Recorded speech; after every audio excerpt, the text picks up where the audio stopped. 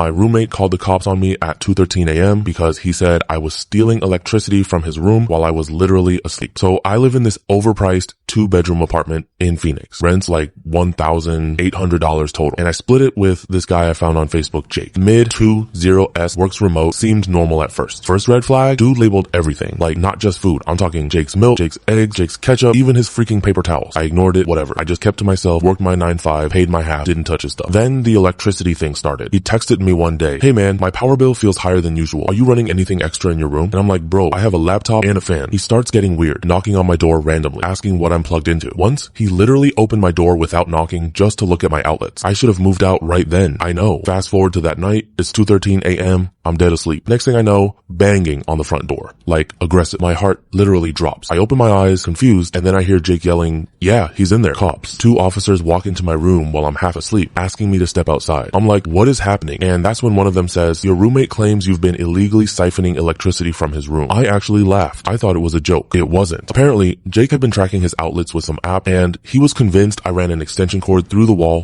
There was no cord, obviously. The cops look around, see nothing, and eventually leave. One of them even gives Jake this look like, "Dude, seriously?" But here's the worst part. The next morning, Jake slips a note under my door that says, "Just because you covered your tracks doesn't mean I don't know the truth." That's when I realized this wasn't about electricity. Dude was paranoid. I moved out 2 weeks later, broke my lease, lost my deposit, crashed on a friend's couch for a month. Jake still living there, still posting for new roommates. Be real, would you have stayed and tried to fix it, or gotten out the second cops showed up over something that insane? What would you do in that situation? Sometimes the biggest red flags aren't loud at first. They're just weird enough that you ignore them until you're standing in your own apartment at 2 a.m. trying to explain to cops that you're not stealing electricity. Be real, would you have stayed and tried to fix it, or gotten out the second cops showed up over something that insane? What would you do in that situation?